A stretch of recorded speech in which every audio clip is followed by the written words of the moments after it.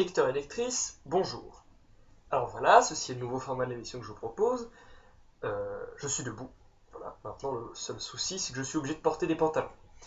Donc ce que je vous propose, c'est maintenant une critique de livres. C'est-à-dire ne plus vous en lire, mais vous présenter des livres que j'ai aimés. J'essaierai de vous donner des informations dessus et faire en sorte que vous ayez vous aussi la chance de pouvoir les lire. Pour commencer, il fallait que je commence par quelque chose d'incroyable, quelque chose de très fort, quelque chose de formidable, et pourtant un livre que j'ai découvert que tout récemment. Ce livre est une légende. Il n'aurait jamais dû exister. Il ne devrait pas exister. Et pourtant il est là. Mesdames et messieurs, je vous parle bien évidemment du Necronomicon.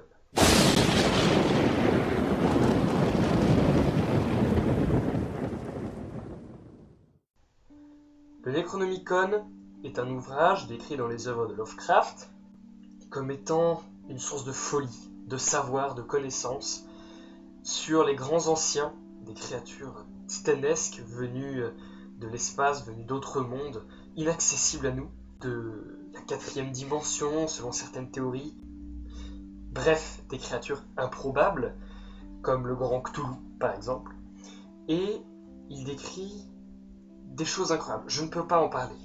Il est dit à plusieurs moments dans ce livre qu'il ne faut jamais prendre à la légère ce qui est écrit dans le Necronomicon.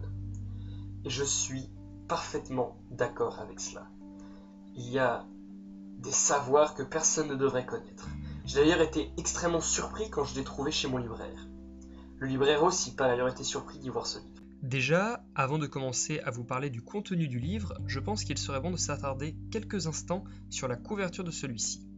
En effet, elle est magnifique. Il y a des effets de relief, des effets brillants, qui donnent un effet d'authenticité à celui-ci, qui sont vraiment très très appréciables. Il n'y a rien d'écrit au dos, pas une seule légende ni quoi que ce soit, ce qui donne vraiment un très bon effet à l'ouvrage présent. Je vais maintenant commencer à vous décrire les différentes parties de ce livre. Ce livre est assez gros, assez imposant, et se découpe en différentes parties. L'histoire commence avec un certain Simon. C'est l'auteur du livre, pas du Necronomicon bien sûr, de l'ouvrage en général, et il se nomme simplement Simon. Il n'a jamais voulu donner un autre nom, car il pensait que c'était trop dangereux pour lui. Et donc, ce Simon a écrit une première partie qui se nomme Le Nom des Morts. Le Nom des Morts est une partie dans laquelle il décrit comment il en est arrivé à découvrir et à trouver le livre Necronomicon. Cette partie est assez intéressante, quoique malgré tout, je lui donnerai quelques défauts, elle est assez complexe. Cette première partie, Le Nom des Morts, se passe à la fin des années 1960, dans la période de la mort de Kennedy et donc de grands troubles au milieu de l'Amérique. Cette histoire se passe en Amérique avec ce qu'il y avait à l'époque, quelque chose de très courant, de nombreuses églises religieuses venues du monde entier avec des noms plus ou moins ésotériques. Vous raconter l'histoire n'aurait pas beaucoup d'intérêt, car elle est très intéressante, mais justement très complexe, car elle fait référence à beaucoup de dates, beaucoup d'événements qui sont, à mon avis, dans une culture américaine, très parlantes. Tandis que dans notre culture francophone, c'est un petit peu plus délicat. Il y a aussi, d'une autre part, énormément, au moins toutes les pages, il y a au minimum une référence à un autre livre. J'ai regardé, la moitié de ces livres font au moins 300 pages. Donc, pour vraiment embrasser l'œuvre de la première partie du Necronomicon, il faudrait environ une dizaine d'années. C'est impressionnant. Mais cette première partie peut être lue, peut être comprise, et est relativement intéressante. Ce que j'apprécie énormément dans cette partie, c'est qu'à aucun moment, l'auteur ne va déclarer franchement quoi que ce soit à propos du Necronomicon. Il va laisser en permanence le doute. Autre chose, il dit par exemple que beaucoup de personnes disent que le Necronomicon est un mythe, et cela pour se protéger. Il ne dit en aucun cas que le Necronomicon existe clairement, mais que si vous décidez de ne pas y croire, c'est que vous êtes faible et que vous avez peur. Ce jeu psychologique est particulièrement intéressant, surtout dans cette première partie sur laquelle il est vraiment appuyé. La deuxième partie, c'est le Necronomicon. Cette partie, je n'en parlerai pas. Il faut la lire pour la comprendre. Ce texte a été écrit par l'arabe fou.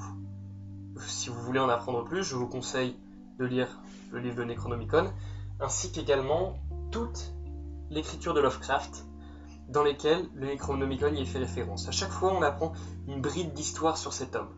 Au milieu du Necronomicon, il y a une petite partie avec des dessins faits qui sont vraiment magnifiques. Je trouve que ces dessins ont leur intérêt, car ils représentent des créatures de l'univers de Lovecraft qui sont terrifiantes. Mais je trouve ça dommage qu'elles n'aient pas été dessinées à l'encre noire comme toutes les autres créatures. Ces dessins sont en couleur et dans un papier glacé. Je trouve que pour un livre qui souhaite absolument plonger l'auteur dans une immersion profonde de l'ésotérisme et de la peur, en faisant passer en partie ce livre pour très ancien, je trouve ça dommage qu'il y ait ces pages qui cassent un petit peu l'ambiance produite par ce livre, même si les dessins sont magnifiques.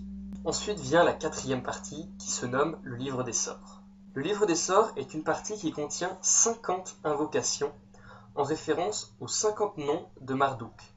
Marduk est un personnage qui aurait vaincu, il y a des temps immémoriaux, les grands anciens. Alors qui sont les grands anciens ? Les grands anciens sont des créatures de la mythologie de Lovecraft, dont Cthulhu fait partie. Il ne faut surtout pas les confondre avec les dieux très anciens. Les grands anciens ont pour but de détruire le monde, de semer le chaos, de répandre la terreur, d'asseoir leur domination sur les mondes et sur les galaxies, alors que les dieux très anciens, eux, sont plus protecteurs. Revenons-en donc à Marduk. Marduk a réussi à vaincre les grands anciens. Suite à cela, les dieux très anciens lui ont attribué 50 noms lui permettant de l'aider. Ces noms, ils sont tous inscrits dans le Necronomicon, ainsi que leurs signes, et ainsi que la procédure à suivre pour les appeler. En fonction du nom que l'on va appeler, cela aura des effets différents. Il y a des noms pour à peu près tout. Pour attirer l'être aimé à soi, pour faire pousser les champs, et même pour tuer, parfois. Bien que ces incantations soient décrites comme étant très dangereuses. La 5e partie se nomme les portes du Necronomicon. En effet, le Necronomicon décrit comment passer différents portails pour accéder aux différentes planètes du système solaire qui seraient des mondes différents et extérieurs. Mais hélas, le Necronomicon reste très vague sur la façon de faire fonctionner ces portes. Il donne bien à certains moments les dessins de ces portes, mais dit qu'il faut par exemple allumer des cierges aux 4 points puissants de l'univers, ce qui n'a pas une réelle signification. La 5e partie est là pour nous aider. Elle donne précisément les outils à utiliser, les incantations à réciter pour pouvoir ouvrir ces portails et accéder aux mondes extérieurs. Cela est très délicat car il faut des éléments très particuliers, mais cela est réalisable. L'autre souci, c'est qu'il faut aussi apprendre des formules longues de 4 pages à réciter par cœur en fermant les yeux. Pour terminer, il y a une dernière partie dans le Necronomicon qui est un calendrier. Et ce calendrier montre les différentes périodes auxquelles on peut invoquer les portes pour accéder aux mondes extérieurs. Cela est l'ordre du détail, mais ce calendrier va jusqu'en 2018. Donc si vous souhaitez ouvrir les portails et accéder à ces mondes, vous avez encore le temps. Voilà, c'est la fin de ma première chronique sur le Necronomicon.